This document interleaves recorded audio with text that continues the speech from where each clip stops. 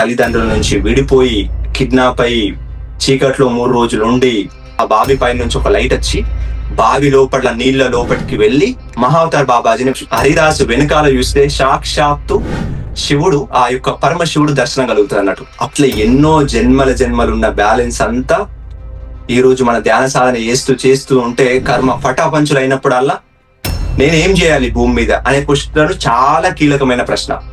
ఏం చేయాలి? పొద్దున్న లేస్తా, తింటా, జాబ్కి వెళ్తా, సాయంత్రం వస్తా, పార్టీ చేసుకుంటా, పడుకుంటా, ఇంకేం చేయాలి? అలా చూసి ఒక చిరునవ్వు నవ్వి వెంటనే మాయమైపోతుంది. చూడండి, కళ్ళతోనే నిజంగా జరిగినది ధ్యానం స్టార్ట్ చేసిన తర్వాత అప్పుడు అక్కడ ఒక లోకం కనిపిస్తుంది. అవతార్ బాబాజీ ఏం చేస్తారు, వీటిని ఎవరైతే అద్భుతంగా ఉపయోగించుతారో దాని వల్ల వాళ్ళ లోపల ఉన్న సర్వ రోగాలు ఒక ఊర్లో ఒక పిరమిడ్ ఉంటే ఆ ఊరికి మొత్తం వెలుగు, ఒక జిల్లాలో ఒక మెగా పిరమిడ్ ఉంటే ఆ జిల్లా మొత్తం వెలిగిపోతా ఉంటుంది.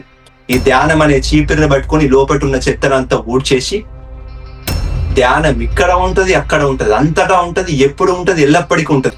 చూడ్డానికి ఏముంది, ఒక చిన్న సింపుల్ స్ట్రక్చరే కదా అని అనిపిస్తుంది. కాదు, మహాశక్తి క్షేత్రం అది. భూమి మీద ఉన్న వాళ్ళందరూ ఆనందంతో, ఆరోగ్యంతో, ఆత్మజ్ఞానంతో జీవించాలన్నదే మా వీడియోస్ యొక్క లక్ష్యం. ఈ యొక్క జ్ఞానం అందరికీ చేరాలి అంటే లైక్, కామెంట్, సబ్స్క్రైబ్ చేసుకోవడం వల్ల ఎంతో మందికి తక్కువ టైంలోనే రీచ్ అవుతుంది. అందరికీ రోజు మనం మహావతార్ బాబాజీ గురించి, అతని జీవిత విశేషాల గురించి తెలుసుకుందాం. సో ఈ బుక్ నేమ్ వచ్చేసి కన్వర్జేషన్స్ ఆఫ్ మహావతార్ బాబాజీ, మహావతార్ బాబాజీతో సంభాషణలు. సో స్టోరీలోకి వెళ్తే, మాస్టర్ పల్లవి గారు మహారాష్ట్రలో సెప్టెంబర్ 3 రోజు జన్మించారు. సో తర్వాత తనకు చిన్నప్పటి నుంచే ఏంటంటే కొంతమంది దేవతామూర్తులతోని మాట్లాడడం, వాళ్ళు కనిపించడం, అదే విధంగా వేరే ఆత్మలు కనిపించడం, ఇట్లా కనిపించేది అన్నట్టు. సో ఆత్మలతో కూడా తను సంభాషణ చేసేది. ఎవరైతే శరీరం విడిచిపెట్టారో సో ఆత్మలతో కూడా ఈ పల్లవి గారు మాట్లాడేది అన్నట్టు. సో ఈ విషయం ఎవరికి చెప్పలేదు. కాకపోతే చిన్నప్పటి నుంచి ఈ శక్తి, ఈ మానవ శక్తులు అనేది చిన్నప్పటి నుంచే పల్లవి గారికి ఉన్నాయి. సో ఒక రోజు తనకు ఒక కల వస్తుంది. ఆ కలలో ఏమొస్తుందంటే, తన మిత్రురాలు ఒకరు సూసైడ్ చేసుకొని చనిపోయారు అనే ఒక కల వస్తుంది అన్నట్టు. సో కల వచ్చిన తర్వాత అనుకున్న కరెక్ట్ కొన్ని రోజుల్లోకి ఆ అమ్మాయి సూసైడ్ చేసుకొని చనిపోతుంది అన్నట్టు. అంటే ఈవిడికి చిన్నప్పటి నుంచే ఆ యొక్క శక్తులు, ఏదైతే 3వ కన్ను తెరుచుకుంటే ఏదైతే శక్తులు ఉంటాయో అవన్నీ శక్తులు ఈమెకు చిన్నప్పటి నుంచే ఉండేటి అన్నట్టు. సో ఆమెకు ఆశ్చర్యం ఏమి అనిపించలేదు, ఎందుకంటే ఈమెకు ఆల్రెడీ తెలుసు, కల వచ్చింది కదా, సో పలానా వ్యక్తి పలానా రోజు చనిపోతారని. సో అట్లా ఉంది. కాకపోతే ధ్యానం అనేది తనకు ఎప్పుడు తెలియదు. సో ధ్యానం తన ఫ్రెండ్ ఒక రోజు చెప్తుంది అన్నట్టు. తన ఫ్రెండ్ వాళ్ళ అమ్మ ధ్యాన సాధన గురించి, మెడిటేషన్ గురించి, ఆనాపానసతి గురించి చెప్తుంది. ప్రతిసారి ఏదైతే మనకు తీసుకొచ్చిందో ఆనాపానసతి ధ్యానం గురించి పల్లవి గారికి వాళ్ళ ఫ్రెండ్ మదర్ అనేది చెప్తుంది. చెప్పిన తర్వాత అప్పటి నుంచి మెల్లమెల్లగా సాధన చేయడం స్టార్ట్ చేస్తుంది. ఒకరోజు ఈ రూమ్ లో కూర్చుంటది, చీకట్లో మెడిటేషన్ లో కూర్చుంటది. మెడిటేషన్ లో ఒక అద్భుతమైన లైట్ కనిపిస్తుంది. వెంటనే ఉలిక్కిపడి కళ్ళు తెరుస్తుంది. అరే, అంత చీకటి ఉంది కదా, అసలు ఇంత చీకట్లో లైట్ ఎక్కడి నుంచి వస్తుంది అని అటు ఇటు చూస్తుంది. మళ్ళీ కన్ను మూసుకుంటుంది అన్నట్టు. అప్పుడు ఆమెకు ఆ జ్యోతి దర్శనం అవుతుంది అన్నట్టు. అంటే అంతర్జ్యోతి, ఆ లోపటున్న ఆ యొక్క ఆత్మ దర్శనం అనేది తనకు కావడం జరుగుతుంది అన్నట్టు. అప్పటి నుంచి తనకు ఎన్నో రకాలైన అనుభవాలు వస్తాయి. ధ్యానంలో చాలా రకాలైన అనుభవాలు వస్తూ ఉంటాయి అన్నట్టు. ఒకరోజు ఈ పల్లవి గారు మన పత్రి సార్తో కలిపి ఒక 200 మంది కలిపి ఉత్తరాఖండ్ మహావతార్ బాబాజీ గుహకు వెళ్ళడానికి వాళ్ళు సిద్ధమై వెళ్తా ఉంటారు అన్నట్టు. వెళ్తా ఉంటే ఆ రోజు పొద్దున్నే మంచిగా బ్రేక్ఫాస్ట్ చేస్తారు. బ్రేక్ఫాస్ట్ చేసి ఆ గుట్ట పైనకి ఎక్కి దాని దగ్గర ఒక హిల్ ఉంటుంది అన్నట్టు. ప్రతిసారి ఇలా ట్రక్కింగ్ తీసుకెళ్తాడు అందరిని. సో ఆ ట్రక్కింగ్ లో తను పైనకి ఎక్కి అక్కడ అలసిపోయినా అని అలా కూర్చుంటది. కూర్చొని అక్కడ చూస్తా ఉంటే అక్కడ దూరం నుంచి కొంచెం పొడుగ్గా తెల్ల బట్టలు వేసుకున్న ఒక అమ్మాయి ఇటు సైడ్ నడుచుకుంటూ వస్తుంది. సో ఇలా ఈ పల్లవి గారు అక్కడ కూర్చొని గమనిస్తూ ఉంటారు. ఈ అమ్మాయిని డిఫరెంట్ గా ఉంది అని చూసి గమనిస్తూ ఉంటాడు అన్నట్టు. ఆ అమ్మాయి దగ్గరకు రాగానే అలానే కళ్ళలో కళ్ళు పెట్టి ఈ పల్లవి గారి కళ్ళలో చూస్తూ ఉన్నారు కొద్దిసేపటి వరకు. చూడంగానే ఒక మత్తు కమ్మినట్టు అయిపోయి ఒక ఎనర్జీ ఫీలింగ్ అనేది పల్లవి గారు ఫీల్ అవుతారు అన్నట్టు. అరే ఏంటి, ఒక సాధారణమైన వ్యక్తి లాగా లేదు ఈ అమ్మాయి, సాధారణ వ్యక్తికి లాగా లేదు ఈ అమ్మాయి అని పల్లవి గారు ఆశ్చర్యపోతారు. ఆశ్చర్యపోయి సర్లే అని అలాగే కూర్చొని అలానే చూస్తూ ఉంటది. కాసేపు చూసి ఆ అమ్మాయి ఎవరైతే వచ్చిన అమ్మాయి మళ్ళీ తిరిగి వెనక్కి వెళ్తా ఉంటుంది అన్నట్టు. వెళ్తా ఉంటే వచ్చిన వాళ్ళు ఎవరు, బాబాజీయా అని అనుకుంటుంది లోపల. అనుకోగానే ఆ వెనక్కి వెళ్తున్న అమ్మాయి వెనక్కి తిరిగి చూసింది అన్నట్టు. వెనక్కి తిరిగి చూడంగానే ఈమె లోపటి నుంచి నన్ను గుర్తుపట్టావా అని లోపటి నుంచి మళ్ళీ ఒక వాయిస్ స్టార్ట్ అయిపోతుంది, నన్ను గుర్తుపట్టావా అని.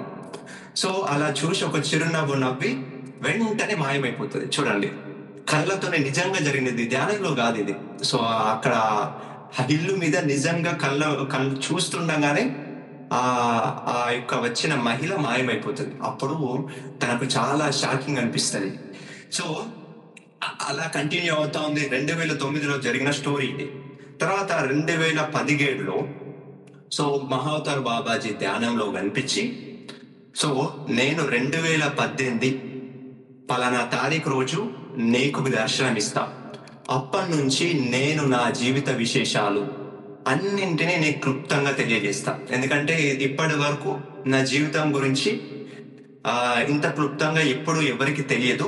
సో దీనిపైన ఒక చలనచిత్రం రావాలి, ఈ విషయాలన్నీ నువ్వు బుక్ పైన రాయాలి అని మహావతార్ బాబాజీ చెప్తాడు అన్నట్టు. ఆ తర్వాత 2018 రానే వచ్చింది. అక్టోబర్ నెలలో ధ్యానంలో కూర్చున్నాక ఆ యొక్క మహావతార్ బాబాజీ దర్శనం ఇచ్చారు అన్నట్టు. 3 పద్ధతుల ద్వారా మహావతార్ బాబాజీ ఈ పల్లవి గారికి దర్శనం ఇచ్చేవారు. ఒకటేమో డైరెక్ట్ గా కనిపించేవారు సశరీరంతో. రెండవది ఆ యొక్క ప్రెజెన్స్ ను ఫీల్ అయ్యేవారు. మూడవది వాయిస్ డైరెక్ట్ గా వినిపించేది. ఈ 3 విధాలలో ఏదో ఒక్కొక్కసారి ఒక్కొక్క విధంగా ఆ మహావతార్ బాబాజీ దర్శనం ఇచ్చేవాడు అన్నట్టు. సో అప్పుడు ఇంకా మహావతార్ బాబాజీ చెప్పడం స్టార్ట్ చేశాడు అన్నట్టు. ఈ భూమి మీద ఎంతో మంది అంధకారంతో అజ్ఞానంతో ఎన్నో కర్మలు చేస్తూ దుఃఖంలో మునిగిపోయారు. సో వీళ్ళందరికీ ఈ యొక్క కర్మచక్రం నుంచి బయటపడి ఈ యొక్క జ్ఞాన మార్గాన్ని వాళ్ళు ఎంచుకోవడానికి నేను అద్భుతమైన జ్ఞానాన్ని అందిస్తా. సో ఇవన్నీ నేను నోట్ చేసి ఇదంతా ప్రపంచం అంతా దీని గురించి తెలుసుకోవాలి అని మహావతార్ బాబాజీ కన్వర్జేషన్స్ అలా స్టార్ట్ అవుతాయి. సో మా మహావతార్ బాబాజీ ఆ యొక్క పరమశివుడు సంకల్పంతో జన్మిస్తారు అన్నట్టు. అంటే ఆ యొక్క పరమశివుడు మెడలోని నాగుపాము ఉంటుంది కదా, ఆ నాగుపాము జన్మ తీసుకుంటుంది. అందుకే మహావతార్ బాబాజీ అసలు పేరు నాగరాజు. ఈ నాగరాజు అనే బాలుడు తమిళనాడులోని కడలూరు జిల్లా పెరంగిపెట్టె అనే గ్రామంలో జన్మిస్తాడన్నట్టు. ఒక దంపతులకు జన్మిస్తాడు. మార్చి 23, 203 సంవత్సరంలో నాగరాజు జన్మిస్తాడు. అంటే ఊహించండి, 203 అంటే సుమారు 1822 సంవత్సరాలు అయి ఉంటాయి. సో సుమారు ఇంచుమించు. సో అన్ని సంవత్సరాల తర్వాత కూడా మనం ఈ జ్ఞానం నేర్చుకుంటున్నామంటే ఎంత శక్తివంతుడు మహావతార్ బాబాజీ. సో అలా కుండలిని శక్తి గురించి, ఆ మూలాధారంలో ఉన్న శక్తి ఈ సహస్రారంలోకి వెళ్ళినప్పుడు అప్పుడు ముక్తి పొందుతాం అని కూడా ఇందులో చెప్పబడింది. సో అలా చిన్నప్పుడు అద్భుతంగా బాల్య జీవితం అనేది గడుస్తూ ఉంటే పిల్లలతోనే ఆడుతూ పాడుతూ అలా గడుపుతూ ఉంటాడు. ఒకరోజు 9 సంవత్సరాల వయసు ఉన్నప్పుడు వాళ్ళ ఫ్రెండ్స్ తో అందరితో కలిసి మంచి అక్కడ ఆడుకుంటారు. ఆడుకున్న తర్వాత చాలా ఆడుకున్నారు కదా, అలసిపోయారు అని చెప్పి అక్కడ ఒక బావి ఉంటది. బావి గట్టున పోయి వీళ్ళందరి ఫ్రెండ్స్ తో కూర్చుంటారు. కూర్చున్న తర్వాత వీళ్ళ ఫ్రెండ్ దమన్ అనే ఒక ఫ్రెండ్ ఉంటాడు. హఠాత్తుగా బావిలో పడిపోతాడు. అరే చూసేసరికి ఇక్కడ ఉన్న వాళ్ళకి ఎవరికి ఈత రాదు. చిన్న పిల్లలు 9 years అంటే వాళ్ళకి ఈత ఎట్లా వస్తుంది, రాదు కదా. సో అట్లా అటు ఇటు చూస్తూ ఉంటాడు అన్నట్టు. ఇక్కడ ఎవరైనా హెల్ప్ చేస్తారా మరి అని ఎవ్వరు ఉండరు. అక్కడ ఒక తాడు కనిపిస్తుంది. సరే మీరు ఫ్రెండ్స్ అందరిని కలిసి ఆ తాడి వేయండి, నేను ఇతన్ని కాపాడుతా అని చెప్పి మహావతార్ బాబాజీ అంటే ఆ నాగరాజు ఆ తాడు పట్టుకొని అందులోకి దిగుతాడు. దిగి ఏదో విధంగా అయితే వాళ్ళ ఫ్రెండ్ని పైకి పంపిస్తాడు. కానీ అసలు నాగరాజు అంటే నాకు ఈత రాదు కదా, నేను ఎట్లా దిగినా అని మళ్ళీ ఆలోచిస్తాడు అన్నట్టు. ఈత రాదు, పైనకి ఎక్కలేకపోతాడు. లోపలికి వాటర్లోకి మునిగిపోతా ఉంటాడు. అట్లా బావి లోపలికి వెళ్ళిపోతాడు. ఇంకా ఊపిరి ఆడడం కష్టమవుతుంది. ఇంకా మెల్లమెల్లగా శ్వాస అనేది తగ్గుతా ఉంది. అప్పుడు ఒక ఆలోచన వస్తుంది నాగరాజుకి, నా ఫ్రెండ్ను కాపాడే శక్తి నాలో ఉన్నప్పుడు నన్ను నేను కాపాడుకోలేదా అని ఒక ఆలోచన వస్తుంది. నన్ను నేను ఖచ్చితంగా కాపాడుకుంటా అని అప్పుడు ఒక గట్టి సంకల్పంతో చేతులు కాళ్ళు గట్టిగా కొట్టడం స్టార్ట్ చేస్తాడు. అట్లా కొట్టడం స్టార్ట్ చేయగానే ఆ బావి పైన నుంచి ఒక లైట్ వస్తుంది అన్నట్టు. ఆ బావి పైన నుంచి ఒక లైట్ వచ్చి బావి లోపల నీళ్ళ లోపలికి వెళ్ళి మహావతార్ బాబాజీని వెంటనే తాగుతుంది. తాకంగానే ఒక ఎనర్జీ వచ్చినట్టు అయ్యి వెంటనే మహావతార్ బాబాజీ బావి లోపల నుంచి పైనకి తేలుతాడు ఆటోమేటిక్ గా. చూసిన వాళ్ళందరూ ఆశ్చర్యపోతారు. నాగరాజు కూడా ఆశ్చర్యపోతాడు. నేను బావి లోపల ఉన్నవాడిని పైనకి ఇలా వచ్చా, ఏదో అద్భుత శక్తి ఇలా జరిగింది అంటే. ఎప్పుడైతే మనం కష్టాల్లో మనం ఛాలెంజెస్ ఎదురవుతున్నప్పుడు వెనుకడుగు అస్సలు ఇవ్వద్దు. ఎప్పుడైనా సై అని ముందుకెళ్ళాలి.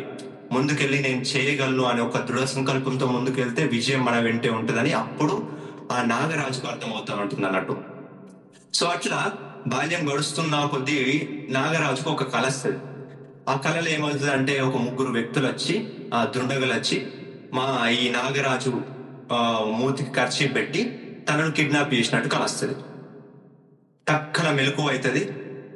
వెంటనే పరిగెత్తుకుంటూ వెళ్ళి అమ్మకు వాళ్ళ అమ్మకు కళ చెప్తాడు. నాకు నైట్ ఒక కళ వచ్చింది, ఆ కళలో ముగ్గురు వచ్చి నన్ను కిడ్నాప్ చేసారమ్మా అని చెప్తా ఉంటాడు. ఏం కాదు నాన్న, అది కళనే, ఏమవుతుంది, నిజం కాదు కదా అని సింపుల్ గా కొట్టేస్తుంది వాళ్ళ అమ్మ. ఎగ్జాక్ట్ కొన్ని రోజులకు వాళ్ళ మిత్రుల కోసం ఒక టెంపుల్ దగ్గర వెయిట్ చేస్తాడు ఈ నాగరాజు.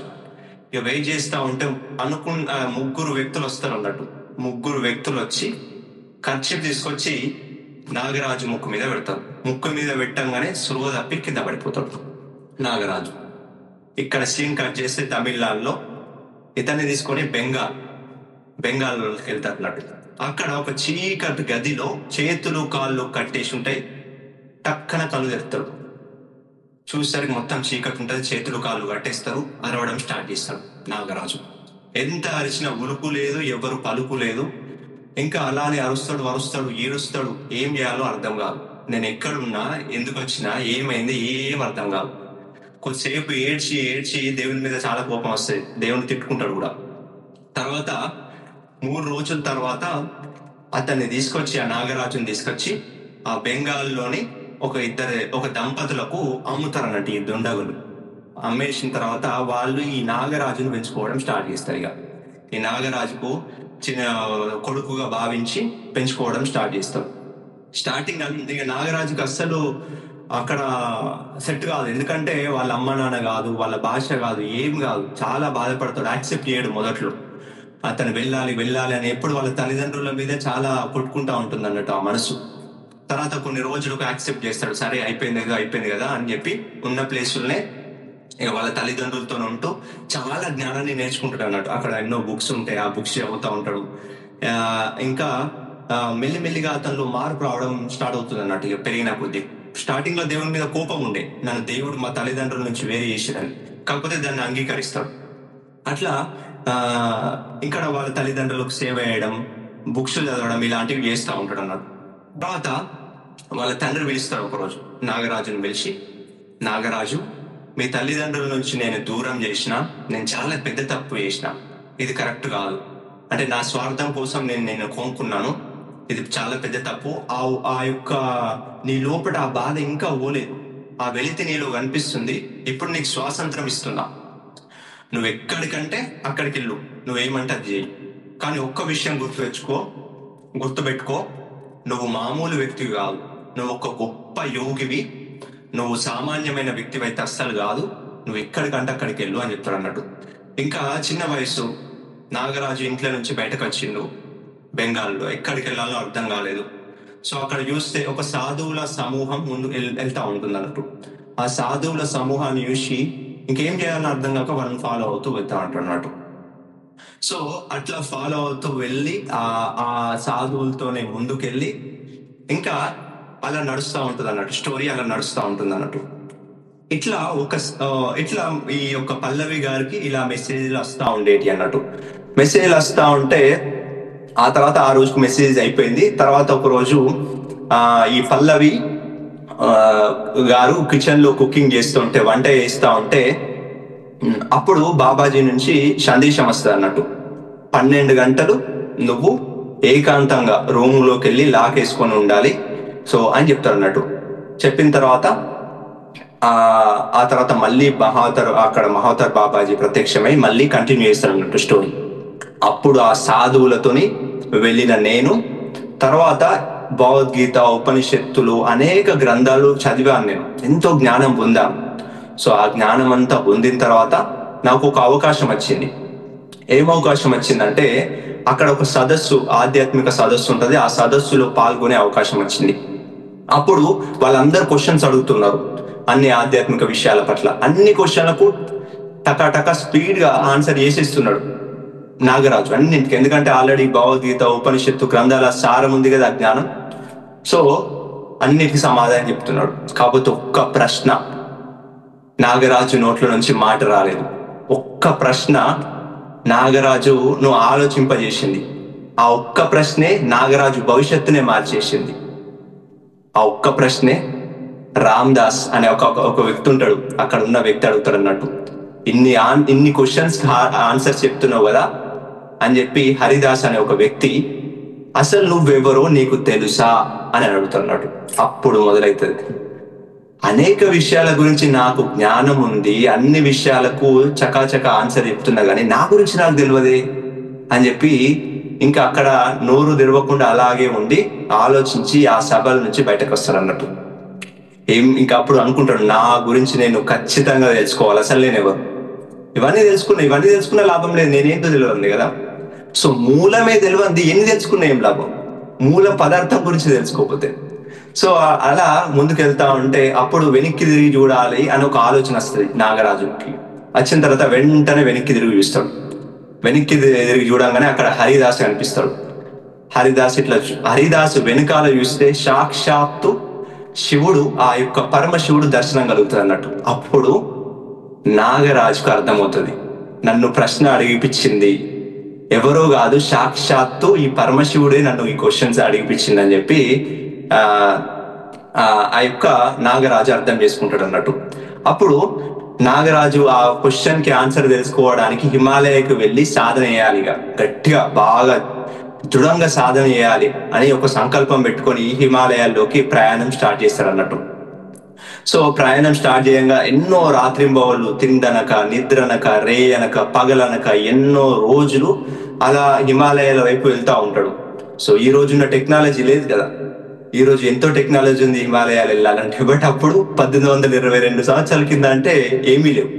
సో అట్లా కాలి నడకనే అట్లా వెళ్తూ ఉంటే ఎంతో మంది నాగరాజుతో వస్తున్నారు, బట్ మళ్ళీ మధ్యలో పోతున్నారు. మళ్ళీ ఒక 2-3 వస్తున్నారు, మళ్ళీ ఇంకో 2-3 వెళ్ళిపోతున్నారు.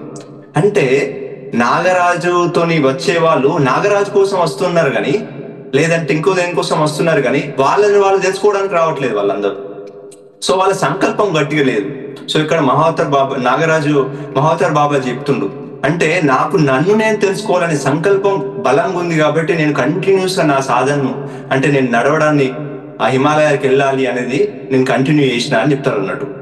అప్పుడు కాకపోతే ఒక్క వ్యక్తి మాత్రం అంటాడు, ఒక్క వ్యక్తి ఎప్పుడు ఈ యొక్క నాగరాజు వెంటే ఉండి ఎప్పుడు నాగరాజు కావాల్సిన అన్ని సేవలు చేస్తూ ఉండేవాడు అన్నట్టు. సేవలు చేస్తుంటే ఇంకా అలా రోజు ఇంకా వెళ్ళడం, నడవడం, కూర్చోవడం లేదా పడుకోవడం, మళ్ళీ వెళ్ళడం, ఇదే కంటిన్యూ నడుస్తూ ఉంటుంది. అప్పుడు ఒక రోజు ఈ సారా అనే వ్యక్తిని నాగరాజు పిలుస్తాడు. నాగరాజు పిలిచి, సారా, ఇన్ని రోజులు నాకు చాలా సేవలు చేశావు, కాకపోతే ఇప్పుడు నేను నా ఒంటరి ప్రయాణాన్ని స్టార్ట్ చేయాల్సి వచ్చింది, నువ్వు ఇక్కడ నుంచి వెళ్ళిపోండి. ఒక సారనేమో మస్తు బాధపడతాడు, అరే ఇన్ని రోజులు నేను నీకు సేవలు చేసినా, నువ్వు లేకపోతే నేను ఎట్లా అని చెప్పి చాలా అది మనస్తాపానికి గురవుతాడు అన్నట్టు. అప్పుడు లేదు, మన బంధం ఇక్కడితోనే ఎండు కాదు, నిన్ను మళ్ళీ ఏదో ఒక రోజు మళ్ళీ కలుస్తా అని చెప్పి సర్ది చెప్పి ఇంకా మన నాగరాజు మౌంట్ కైలాస్ వైపు అట్లా ప్రయాణం చేస్తూ ఉంటాడు. చేస్తా ఉంటే అక్కడ ఒక చెట్టు కనిపిస్తుంది. చెట్టు చాలా అద్భుతంగా ఆకర్షణీయంగా కనిపిస్తుంది అన్నట్టు. అరే ఈ చెట్టు భలే ఉంది అని చెప్పి ఆ చెట్టుని చూడంగానే ఇక్కడ ధ్యానం చేయు అనేది లోపటి నుంచి స్ఫురిస్తుంది. ఇంకా సరే ఇక్కడ ధ్యానం చేద్దామని అక్కడికి వెళ్ళి కూర్చుంటాడు, ధ్యానంలో కూర్చుంటాడు. కూర్చున్న తర్వాత కొన్ని గంటల తర్వాత ఎన్నో నొప్పులు స్టార్ట్ అవుతాయి శరీరంలో, ఆకలి అవుతుంది, ఇంకా చాలా దాహం వేస్తుంది. ఇట్లా కొన్ని రోజులు ఆ చెట్టు కింద సాధన చేస్తూ ఉన్నట్టు ఈ నొప్పులు, ఆకలి, ఈ దాహం ఇవే అవుతా ఉంటాయి కొన్ని రోజులు. దాని తర్వాత మెల్లిమెల్లిగా ఇంకా సాధనను ఇంకా తీవ్రత చేస్తాం.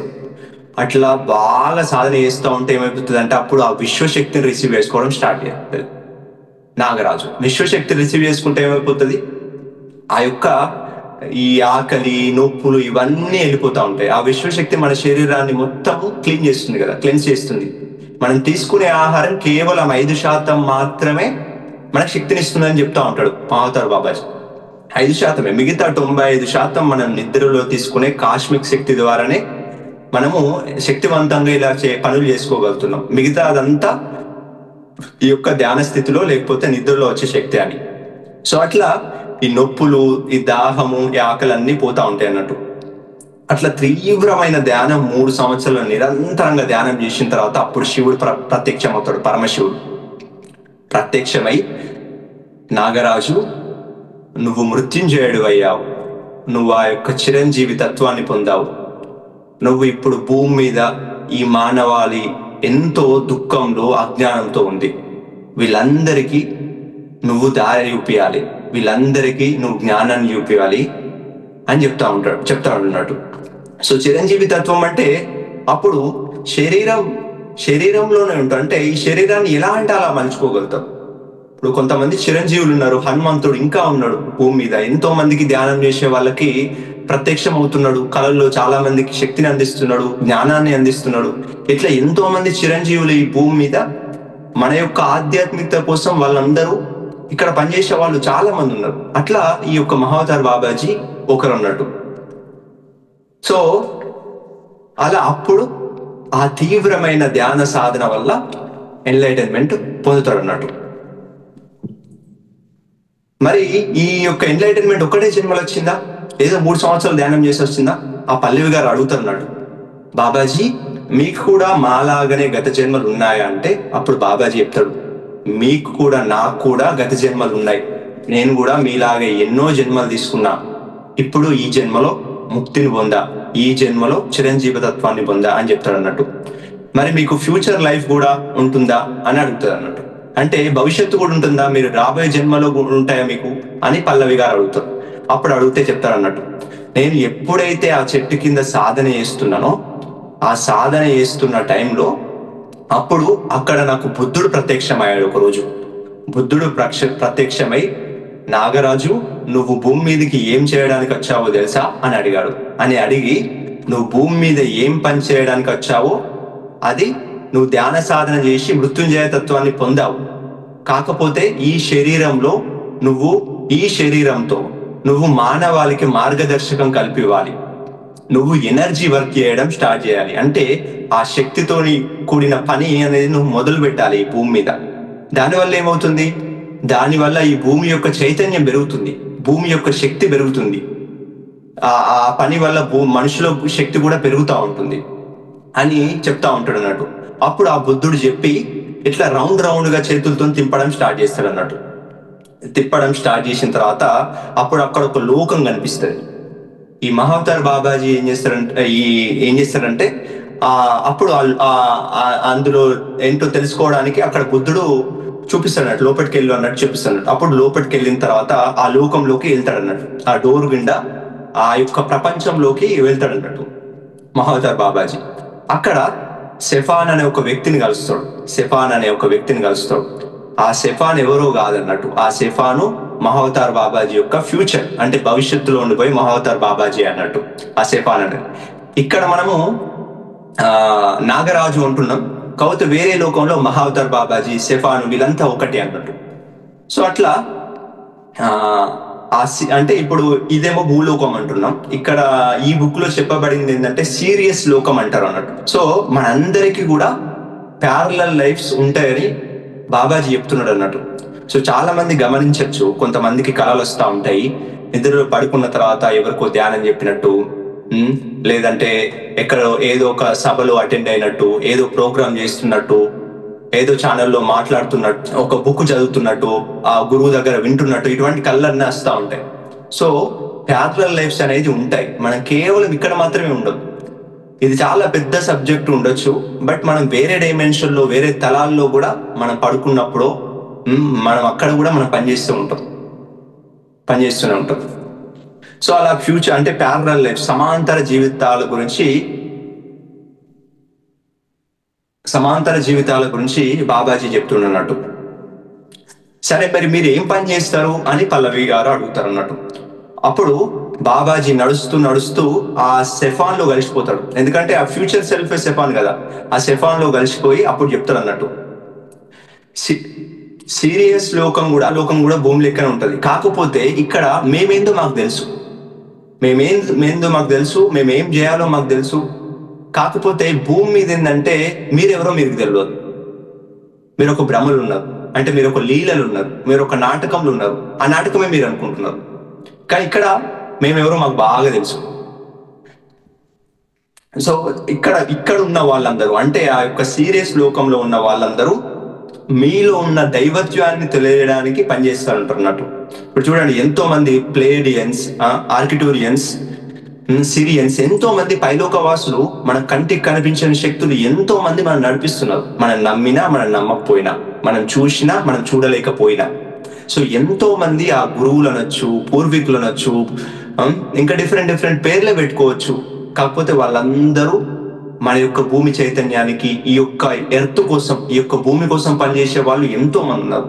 అట్లా ఆ సీరియస్ లోకంలో మన గురించి మనం తెలుసుకోవడానికి వాళ్ళందరూ పనిచేస్తూ ఉన్నారు అన్నట్టు. ఎందుకంటే మనం ఏమనుకుంటున్నాం అంటే, మనం సింపుల్, నేను ఈ పేరునిది, నేను ఈ ఊరునిది, నేను కేవలం ఇంతే, నేను ఒక చిన్న ఉద్యోగిని, నేను శరీరం విడిచిపెట్టిన తర్వాత చనిపోతా. సో ఇదే అనుకుంటున్నాం. మనం అసలైన దైవత్వాన్ని పట్టుకోలేకపోతున్నాం. ఆ దైవత్వాన్ని బోధించడానికి, ఆ దైవత్వాన్ని టేస్ట్ను, అంటే ఆ దైవత్వమే మనమని తెలుసుకోవడానికి వీళ్ళందరూ ప్రయత్నిస్తూ ఉంటారు అన్నట్టు.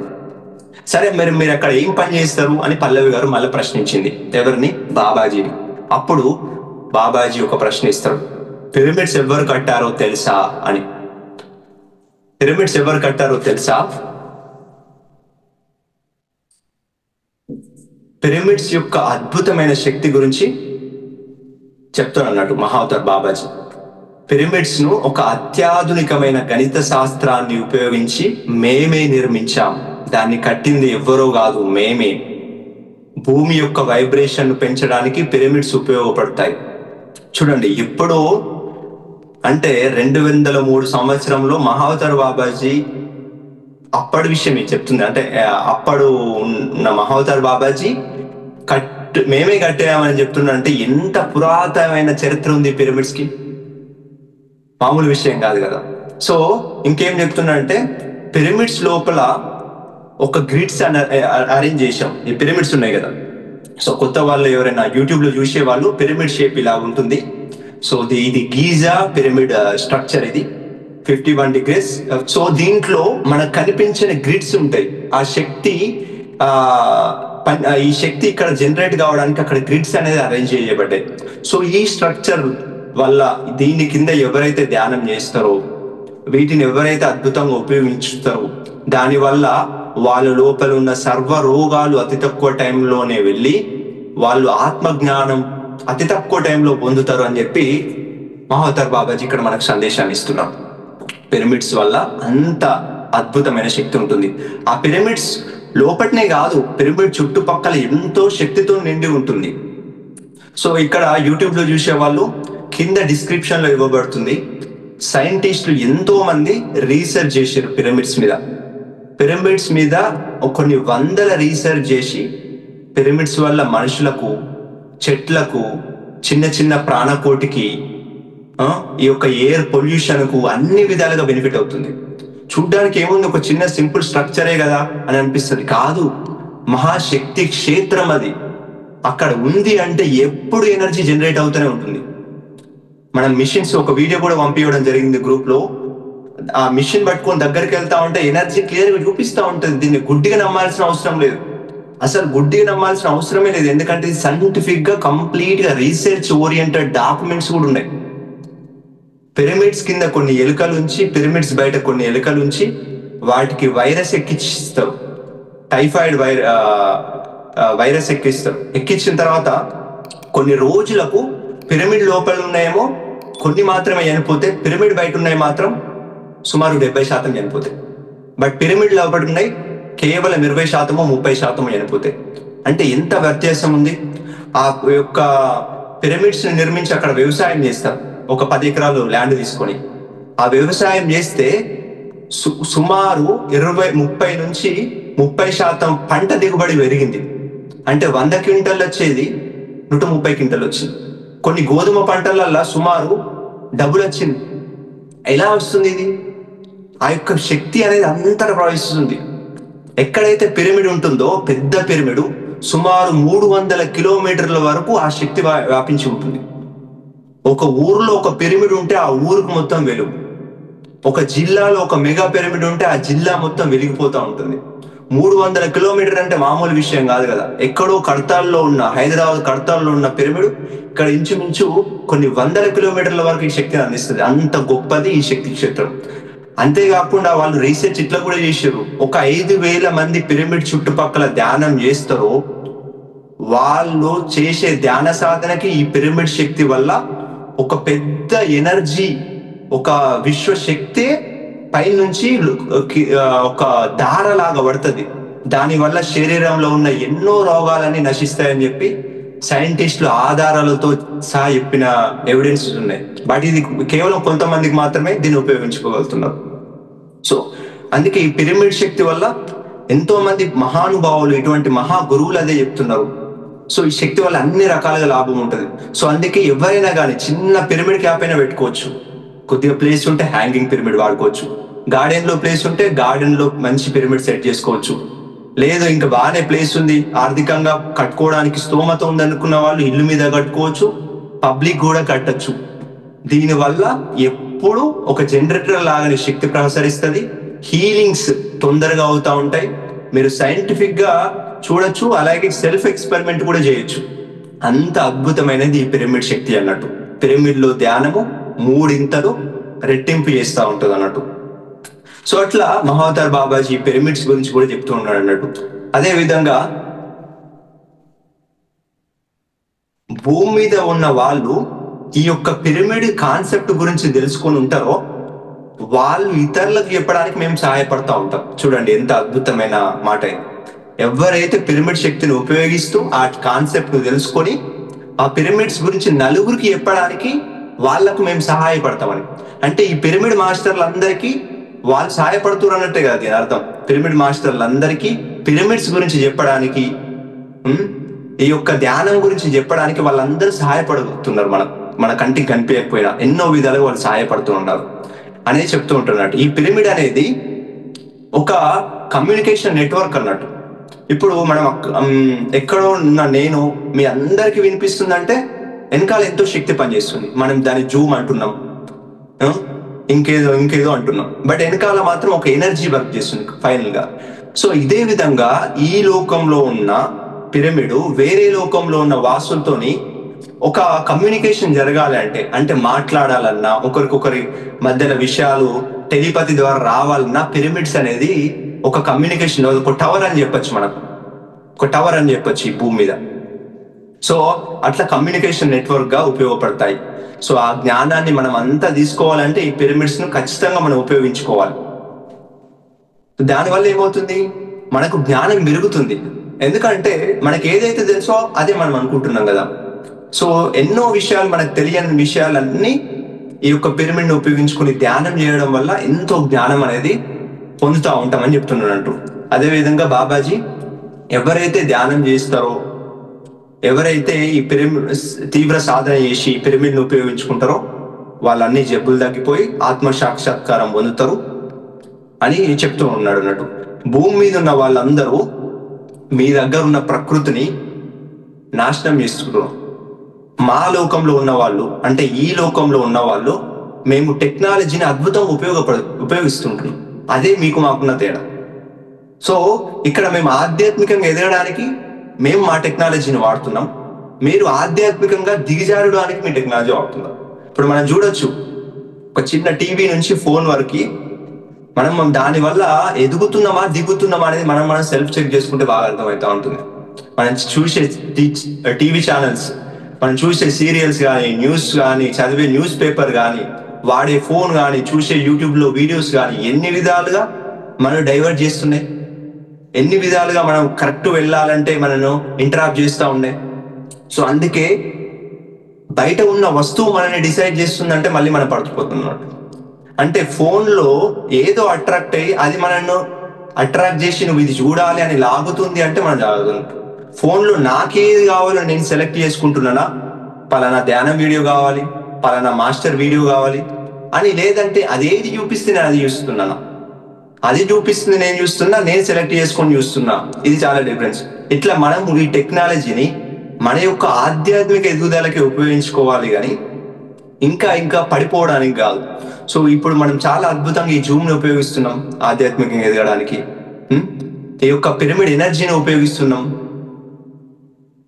ఇంకా ఎన్నో రకాలైన టెక్నాలజీస్ అన్నిటిని మన యొక్క ఆధ్యాత్మికత కోసమే మనం ఉపయోగిస్తున్నాం. సో ఇలా మహావతార్ బాబాజీ ఈ యొక్క ఎలా జీవనం స్టార్ట్ అయింది, ఎలా పెరిగాడు, ఎలా అమరత్వాన్ని పొందాడు, ఎలా వేరే లోకాల్లో పనిచేస్తున్నాడు, ఇటువంటి విషయాలు చాలా చెప్పాడు. ఒకరు అడుగుతారు, ఈ యొక్క స్వర్ణయుగం ఎప్పుడు స్టార్ట్ అవుతుంది బాబాజీ అని అడుగుతారు అన్నట్టు. అడిగితే స్వర్ణయుగం ఎప్పుడు స్టార్ట్ అయిపోయింది, కాకపోతే మీరు సిద్ధంగా ఉన్నప్పుడు ఆ ఎనర్జీ అనేది ఎంటర్ అవుతా ఉంటుంది అని చెప్తారు అన్నాడు. ఉదాహరణకి మనం ఇంట్లో నుంచి ఒక వారం రోజులు ఎక్కడికన్నా వెళ్ళాం, టూర్కి వెళ్ళాం, వారం రోజుల తర్వాత వచ్చిన తర్వాత మనం అదే మంచి ఎనర్జెటిక్ వస్తాం. ఇంట్లోకి వచ్చిన తర్వాత ఇల్లు క్లీన్ చేసుకోకపోతే మంచిగా మనశ్శాంతిగా ఉంటుందా? ఎంత ఎనర్జెటిక్ గా ఉండాలి. మళ్ళీ అంత ఇల్లు క్లీన్ చేసుకొని శుభ్రపరిచి 2-3 గంటలు తర్వాత ఇంట్లో కూర్చుంటే అమ్మయ్య అని హాయిగా ఉంటది. సేమ్ అదే విధంగా మన శరీరంలో ఎంతో రకంగా దుమ్ము ధూళి ఎంతో ఉంది లోపల. అంటే గత జన్మ సంస్కారాలు అన్ని ఎన్నో ఉన్నాయి. శక్తి ఉంది, ఎందుకు లేదు? Already golden age already start అయిపోయింది అంటుండు బాబాజీ. కాకపోతే మనల్ని మనం శుద్ధి చేసుకున్నప్పుడు ఆ శక్తి మనలోకి ఎంటర్ అయిపోతా ఉంటుంది. ఆ స్వర్ణయుగం అనేది ఆల్రెడీ స్టార్ట్ అయిపోయింది అని చెప్తున్నట్టు. అట్లా పర్పస్ ఆఫ్ లైఫ్ గురించి ఇంకొక క్వశ్చన్ అడుగుతారు అన్నట్టు. అప్పుడు చెప్తాను అన్నట్టు, మొట్టమొదటిగా మీరు భూమి మీద ఏం చెయ్యాలి అనే దానికోసం వెతుక్కోవాలి. ఒక్కసారి ఏమి చెయ్యాలి అనే క్లారిటీ మీకు వచ్చిందా, దాన్ని చేసుకుంటూ పోవాలంటే సింపుల్. మొదటిది, నేను ఏం చేయాలి భూమి మీద అనే క్వశ్చన్ చాలా కీలకమైన ప్రశ్న. ఏం చేయాలి? పొద్దున్న లేస్తా, తింటా, జాబ్కి వెళ్తా, సాయంత్రం వస్తా, పార్టీ చేసుకుంటా, పడుకుంటా, ఇంకేం చేయాలి? ఒకరోజు చావు వస్తే చచ్చిపోతా, అంతేనా? అందరం ఇదే చేస్తున్నాం కదా. మరి ఇంకా అతీతమైనది ఏం చేయాలి? అందరు ఇదే చేస్తున్నారు. 800 కోట్ల మందిలో 80-90% ఇదే చేస్తున్నారు. కేవలం కొద్ది మంది మాత్రమే అంతకు మించి ఆలోచించగలుగుతున్నారు, అంతకు మించి చేయగలుగుతున్నారు. వాళ్ళు చేసి పోయిన తర్వాత కూడా వాళ్ళు గుండెల్లో నిలిచిపోయిన వాళ్ళు ఉన్నారు, పత్రిజీ గారు లాగా, మహావతార్ బాబాజీ లాగా.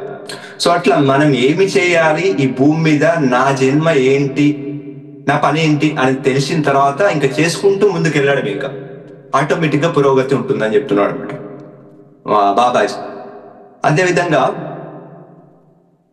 ఇంకొకరు అడుగుతారు అన్నట్టు ఒక ప్రశ్న, బాబాజీ నాకు అస్సలు ఆకలి అయితలేదు, 2 రోజులు ఫాస్టింగ్ ఉన్నా, 2 రోజులు ఏమీ తినకపోయినా కానీ ఇంకా ఆకలి లేదు, కొన్ని రోజుల నుంచి నాకు ఇట్లా అవుతుంది, ఏంటి బాబాజీ అని అడుగుతారు అన్నట్టు. ఇప్పుడు బాబాజీ చెప్తాడు, నీ సోలు వేరే డైమెన్షన్ లో ఎక్కువ పనిచేస్తుంది. సో ఆ సోల్ కు ఎనర్జీ కావడానికి ఇక్కడున్న నీ ఫిజికల్ బాడీ, నీ శరీరం సపోర్ట్ చేస్తుంది. దానివల్ల ఏమవుతుందంటే నీ యొక్క ఫుల్ కాన్షియస్నెస్, నీ యొక్క చైతన్యం అనేది అక్కడ ఎక్కువ పనిచేయడం వల్ల నీకు ఇక్కడ ఆకలి కావట్లేదు. కొన్ని రోజుల్లో మళ్ళీ ఫుల్ కాన్షియస్నెస్ అంటే పూర్తి చైతన్యం నీ శరీరంలోకి వచ్చిన తర్వాత అంత సెట్ అవుతుంది అని చెప్పి బాబాజీ చెప్తా ఉంటాడు అన్నట్టు. మన గురించి మనం తెలుసుకుంటే మనం నమ్మలేం, మనం గురించి మనం తెలుసుకుంటే అసలు మనం ఊహించలేం మనం ఇదా అని చెప్పి. ఎందుకంటే అంత గొప్ప చరిత్ర మనకు ఉంటుంది. నిజంగా చెప్పాలంటే ఎన్నో డైమెన్షన్స్ తో మనకు కనెక్ట్ ఉంటుంది, ఎంతో మంది మాస్టర్స్ తో మనకు కనెక్ట్ ఉంటుంది. మనకు తెలిసినా తెలియకపోయినా ఎంతో గొప్ప సాహసవంతమైన ప్రాజెక్టులు తీసుకొని మనం భూమి మీదకి వస్తాం వాటన్నిటిని అచీవ్ చేసుకోవడానికి. అట్లా మనకు నిరంతరం ఎప్పుడు జ్ఞానబోధ ఇక్కడ ఉంటుంది, అక్కడ ఉంటుంది, ధ్యానం ఇక్కడ ఉంటుంది, అక్కడ ఉంటుంది, అంతటా ఉంటుంది, ఎప్పుడు ఉంటుంది, ఎల్లప్పటికీ ఉంటుంది. నేర్చుకోవడం, నేర్పివ్వడం, సృష్టి చేస్తూ ఉండడం. సో అలా నీ ఫుల్ కాన్షియస్నెస్, నీ పూర్తి చైతన్యం నీ శరీరంలోకి వచ్చిన తర్వాత అంత సెట్ అవుతుంది, ఏం కాదని చెప్తారు అన్నట్టు. ఇంకొకరు ప్రశ్న అడుగుతారు, బాబాజీ నేను బాగా మెడిటేషన్ చేస్తున్నా, రోజు 30 నిమిషాలు చేస్తున్నా కానీ నాకు చాలా నొప్పులు వస్తున్నాయి, అన్కంఫర్టబుల్ గా ఫీల్ అవుతున్నా, యాంగ్జైటీ అంటే ఆ యొక్క యాంగ్జైటీని ఏమంటారు, యాంగ్జైటీ నాకు గుర్తట్లే, యాంగ్జైటీ వస్తుంది అని చెప్తా అంటారు అన్నట్టు. చెప్తా అంటే అప్పుడు బాబాజీ చెప్తా అంటారు అన్నట్టు, అవునా నొప్పులు, ఈ యొక్క యాంగ్జైటీ, అలజడి, ఇవన్నీ అలజడి అంటారు, అలజడి ఇవన్నీ వస్తున్నాయని చెప్తా అంటే, ఇప్పుడు ఒక ప్రెగ్నెన్సీ ఎవరికైతే గర్భంతో ఉన్న మహిళ ఉందనుకోండి, 3వ నెలలో అంత నొప్పులు ఉండదు, 4వ నెల 5వ నెల కూడా అంత ఉండదు. తర్వాత మెల్లిమెల్లిగా కొంచెం వాంతులు వచ్చినట్టు అయ్యి అలసటగా అనిపించి పడుకోవాలనిపించి 7వ నెల 8వ నెల 9వ నెల ఏమవుతుంది, నెలకు నొప్పులు పెరుగుతున్నాయి. ఆ మహిళ దృష్టిలో ఎట్లుంటది, నేను ఒక అద్భుతమైన బిడ్డకు జన్మనిస్తున్నా అని ఆనందం ఉంటుందా, నాకు రోగం వస్తుంది నాకు అద్దు అనుకుంటుందా? ఏ తల్లి పురిటికి నొప్పులకు బాధపడో భయపడో కొడుకును కనకుండా ఉండదు. ఆ బాధ వరంగా భావిస్తుంది, ఎందుకంటే నా కొడుకు రేపు బయట వస్తాడు, లేకపోతే నా బిడ్డ బయటకు వస్తుంది అని చెప్పి ఆ బాధను ప్రేమగా మలుచుకుంటది. ఎగ్జాక్ట్ గా మన జీవితంలో ఎన్నో ముళ్ళులు ఉండొచ్చు, లోపల ఎన్నో సవాళ్ళు ఉండొచ్చు, ఎంతో మంది లాగచ్చు, ఎన్నోసార్లు కింద పడచ్చు, అయినా పట్టు వదలకుండా మనం కంటిన్యూస్ గా మన ప్రయత్నం చేస్తూ ఉంటే ఆ లోపటున్న దైవత్వానికి మనం పురుడు పోసుకుంటాం, మన లోపటున్న వాడిని మనం తెలుసుకుంటాం, మనలో మనం పుడతాం, మళ్ళీ పునర్జన్మను స్వీకరిస్తాం, అసలు తత్వాన్ని తెలుసుకుంటాం. అప్పటి వరకు కొన్ని ఉంటాయి, ఇల్లు ఊడ్చే ముందు దుమ్ము వచ్చినట్టే ఎన్నో ఉంటాయి. ఇది ఈ యొక్క తల్లి బిడ్డ గురించి మహావతార్ బాబాజీ కాన్సెప్ట్ కొన్ని నేను కూడా యాడ్ చేస్తున్నాను, అంటే నాకు తెలిసినవి.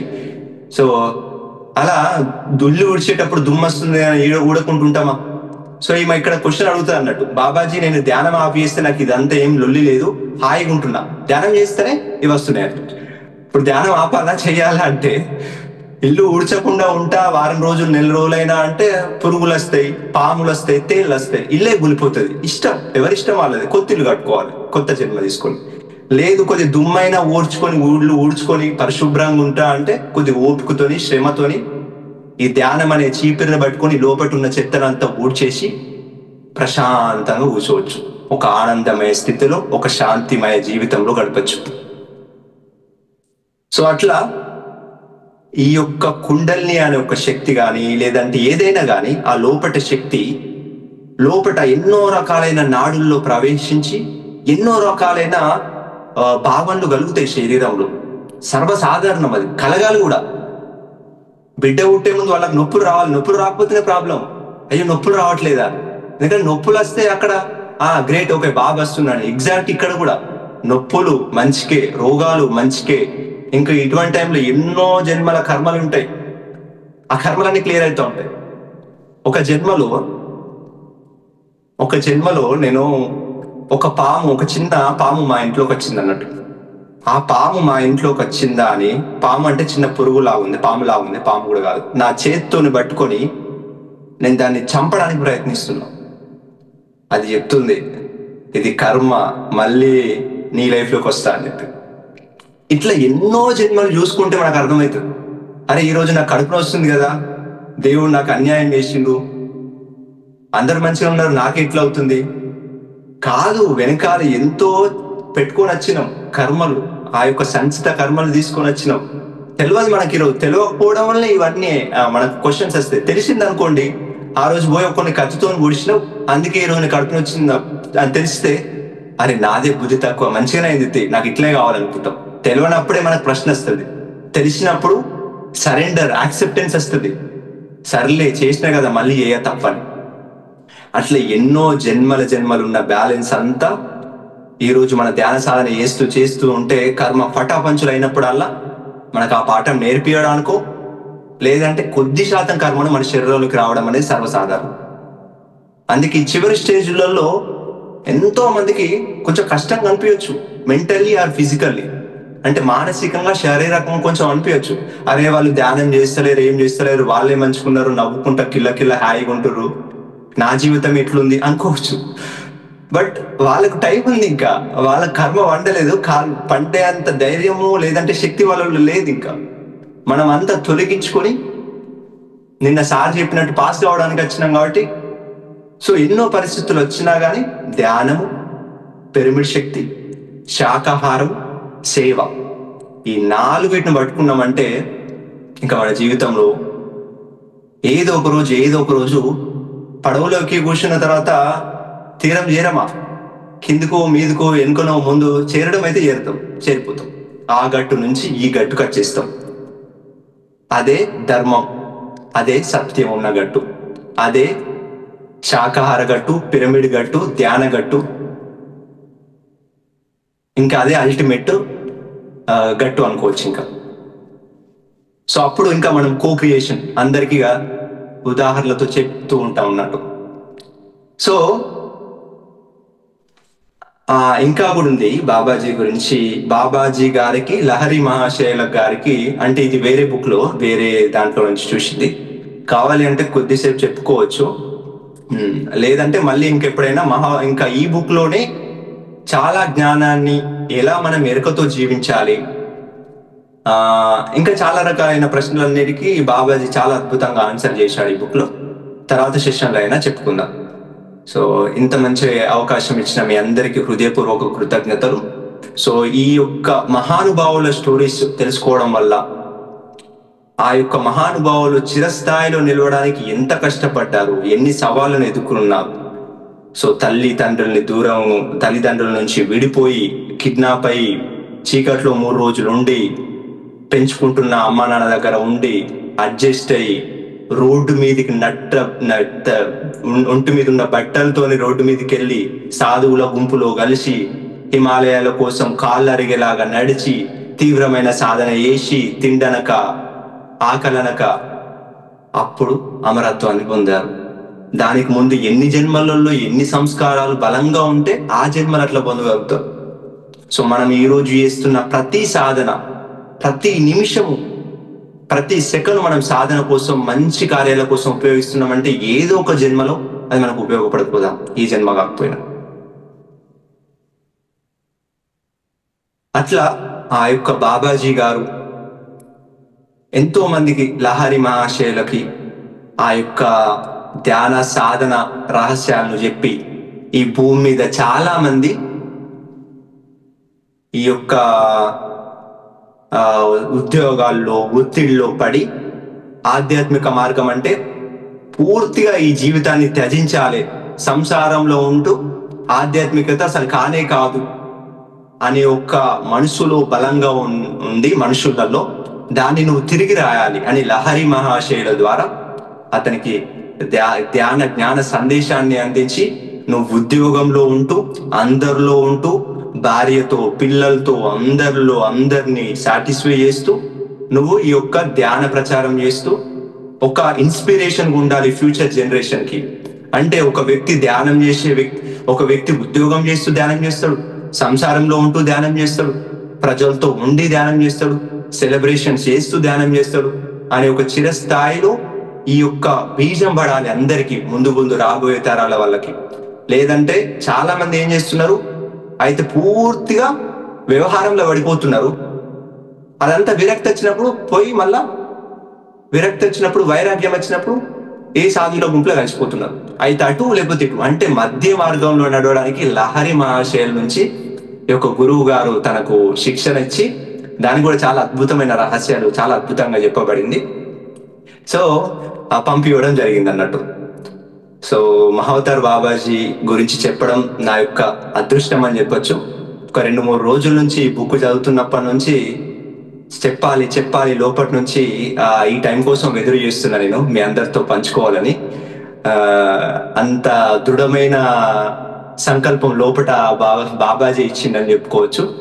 సో ఏదో ఒక కనెక్షను, ఏదో ఒక లోకంలో, ఏదో ఒక జన్మలో, ఏదో ఒక జ్ఞానపరంగానే ఉండొచ్చు మహావతార్ బాబాజీకి. మనందరికీ ఇన్ని కోట్ల మంది ఉండగా కొంతమంది మాత్రమే ఇటువంటి మహానుభావుల గురించి ఎందుకు తెలుసుకుంటున్నారు, బుక్స్ చదువుతున్నారంటే మన లోపల జిజ్ఞాస, మనం కూడా అలా కావాలని ఒక మన లోపల బలమైన సంకల్పం ఉంది. కాబట్టి ఈ రోజు కానీ చాలా రోజుల నుంచి కానీ మనందరం ఇటువంటి విషయాలు తెలుసుకుంటున్నాం. మీ అందరికీ మనస్ఫూర్తిగా కృతజ్ఞతలు చెప్పుకుంటున్నాను. Thank you so much.